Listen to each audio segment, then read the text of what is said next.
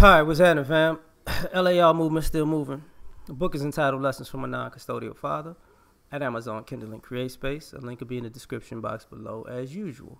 This video is entitled Netflix Dope Episode 1 Review. After I finished watching the last two episodes of She's Gotta Have It, the thing just clicked on and Dope came on next. I was like, it just came on the screen. So I was like, let me see what this is. So I had made videos about who's the face of opioid, aka heroin epidemic, because they never say who's the face of it, right? But I said previously that, you know, because they can't make a black face of it, they don't really have a face of it. So this is what episode 1 of Dope was about, making a black face of the heroin opioid epidemic, because they had white addicts and black dealers in Baltimore. Now, people were what they were. The drug dealers was black. The addicts was white. So you can't, you know, switch that up. The ones that was in the documentary or whatever. But here's my issue. It plays on a few things that were just hilarious. I don't care how it's cut, edited, or portrayed, but I'm gonna talk about how it was portrayed in the video. So, or in the episode. So the black dude who's actually the heroin dealer, you know, drives to the white suburbs because that's where the plug is, aka the dude that actually got all the dope from Afghanistan, who actually got the raw uncut stuff. He drives to the white suburbs to pick it up because that's who the actual supplier, that's where the suppliers actually live at, right? And in the white suburb, the white police officers in that suburb have been given a tactical training, right? And here's the issue. Those same white police officers in this white suburb drive into the city of Baltimore from their suburb to chase down drug dealers because they're doing police work. When their police work, you know, if they were actually really doing intel, because the guys that they were chasing was in their suburb. Problem number one. If a black dude is in your suburbs, your lily white neighborhood, known as a drug dealer, you know he ain't dealing to white people there. You already know that if you're a cop or detective, if you got any kind of sense, right? If you got any kind of sense. But we're going to pull up on him and we're going to box him in. And here was the problem when it looked like training was an issue. They tried to box a guy in at a gas station, and he beat y'all in a mid-speed chase, because it wasn't no high-speed chase. I'm going 30, bitch. Bust a left. Oh, I can't believe it, Jim. He nicked the car and he got away. Rats. God damn it. So, first and foremost, I couldn't take y'all serious. Couldn't take y'all serious. But when y'all finally catch up with the guy in the city of Baltimore, 35 miles away from where your jurisdiction, there's people dying in my neighborhood from heroin. The plug is in your neighborhood. Like when this Netflix special came out, and they had to watch themselves on Netflix. Like, let me get this right. The plug is on my block, and this is one of the things I used to talk about when it comes to crime and criminality. This is why people like myself who grew up in those neighborhoods and was around enough street stuff and criminal activity used to look at white people in the police office and law enforcement with that look. Not to say that the people in my neighborhood who were doing crime weren't messed up, because they were, which I'm going to get into in a second. But y'all know y'all the drug dealers. Y'all know that the plug is in y'all neighborhood. Y'all know the plug. Y'all work with the plug. Work for the plug. So to sit there and where did you get the drugs from? I got the drugs from Sobransky.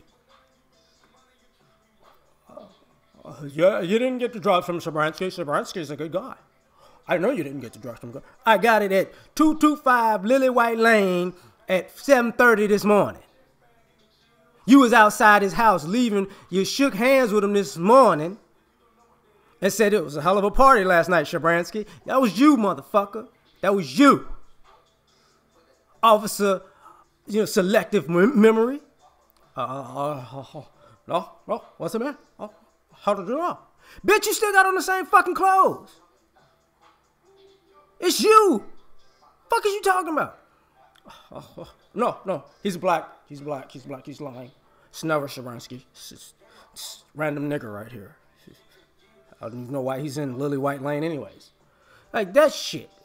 That's what we talking about. Like, but you don't know that part. That's when people say be on code, because when the drug dealer said, man, look at this shit. It's coming straight from Afghanistan. Ain't no brothers getting that shit straight from Afghanistan. It ain't coming from straight from Afghanistan to the hood. It's coming through 225 Lily White Lane. But that's my issue with that.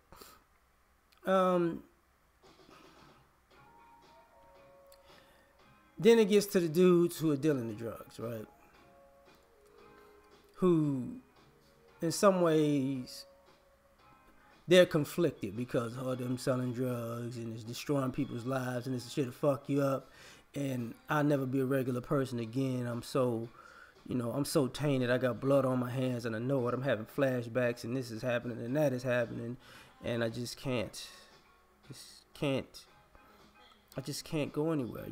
The society failed us. The schools failed us. Our parents failed us. The police failed us. And which actually can all be true. But here's the problem. You chose to be in the streets as a drug dealer. That part, like when you're a kid and you growing up in it, that's one thing. When you become an adult and good goddamn well being a drug dealer ain't the thing to be, because even he said it. And I've said this in videos in the past. Nobody want to be a drug dealer. You're like, I hate this shit. I know you hate that shit. I know you hate that shit. But you know what? You don't hate it enough to quit. Why not? Because you like the money too much. What's more important? Because at the end of the day, here's one of the issues you gotta have as a drug dealer.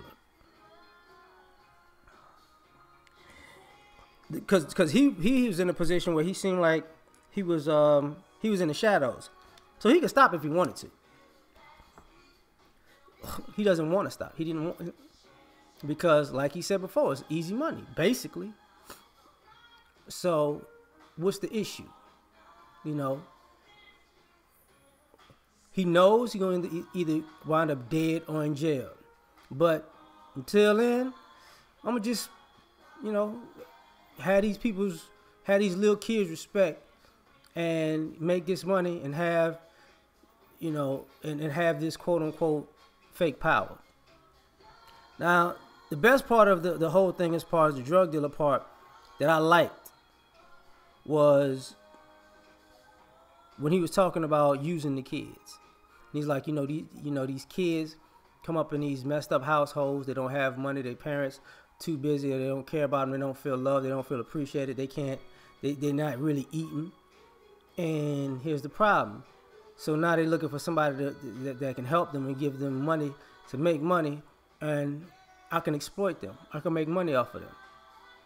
So, brothers been saying for years, that's why these drug dealers, these gangs ain't your friend, because they're taking advantage of your situation. They don't give a damn about you, But for a kid, a few meals and some sneakers is better than what they getting at home. So is it really, so it's grooming them for that lifestyle, and that's unfortunate. This is part of the parent, the I might make a video on that, the gender parent war. That's what I'm gonna do. I'm gonna do that. So that's gonna be an issue.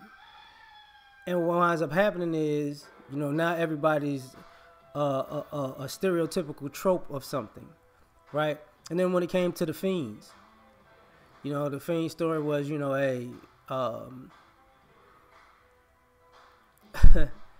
he hurt. He had a middle class family. He hurt his back. He was on drugs for 4 years, and then the insurance cut him off. So he's out in the streets doing heroin. He got hooked way before them 4 years was up, before the insurance stopped. He was hooked a long time ago, and he won't admit that, you know, some people do this. They get hooked on a drug from a prescription drug, and they throw their life away because of it. You know, they figure, well, you know what, I'm a lily white person, they're not gonna turn on me because I'm white. I'm gonna just milk this shit forever and a day, which is one of the problems with people like myself when it comes to insurance. That we have a problem with actuaries, because actuaries give you this, they give these statistics to why you should overcharge other people and undercharge other people, but what they don't really say is, a lot, you know, their practices for charging extra when you're a certain age, gender, or race is really, at the end of the day, to cover up white folks. You know, somebody got to pay the difference, and it ain't gonna be white people. So when white people fuck up, your black person's insurance go up. You know, if women fuck up, men's insurance go up. You know what I'm saying? So, you know, but, and then when men fuck up, you know, men's insurance goes up. The women didn't do anything. Like, you know, it's that type of thing.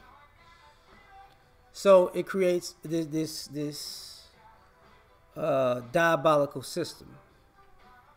Now, ultimately, then they were talking about, you know, the cops were talking about they chased the guy down that they couldn't catch at the gas station, and they caught him at another gas station in his 35 miles away from where the fuck they was at, in his hood, and then they raided his crib to find a piece of paper with a number on it from somebody that died. This is evidence. He has a dead man's phone number. And the courts are fucked up. No, the court's not fucked up. People die all the time. And guess what? You can have a dead person's fucking phone number. I mean, even if you could say they were dealing drugs or whatever, my family and my friends have died, man. I still have their phone numbers. I have people's phone numbers who've died, passed on, and I got in my house. You got people that you know or came across phone numbers in your house. That's not going to equate to you dealing drugs to them. That was just stupid. That's just a fucking stupid ideology. You know, the fucking judge got people's phone numbers in his desk. Man, that motherfucker dead. He died last week. I forgot all about that. Like, that type of shit. But goes in the ideology. But he's black, Your Honor. He's black. That man's phone number, he's black. It's got to mean he's guilty, right? Nobody got time for this stupid shit. But once again, it's a different set of rules, you know, for some people than ours, than another.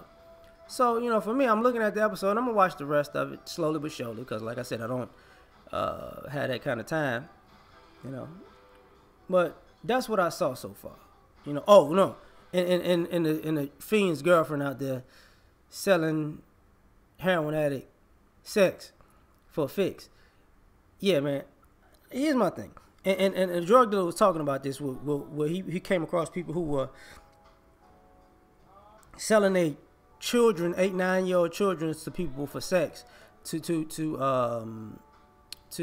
make money to get heroin. You see the problem with that? You know, and on the other part, he was like, you know, people come from out of town and buy the most drugs. See, here's the thing. You can go out of your city, 35 miles away is where the plug's at, and the white people come into your city to buy the drugs to blame you. But the cops in that same city don't know shit. That whole, and this has been a normal drug known practice for years. All the time they had this war on drug shit going on. That's why people look at law enforcement like, man, shut y'all lying ass up. Y'all know what the fuck going on. Y'all just ain't gonna arrest the white people in it. Because if y'all arrest the white people in there, ain't no motherfucking drug dealer no more. That's my 2 cents. We out.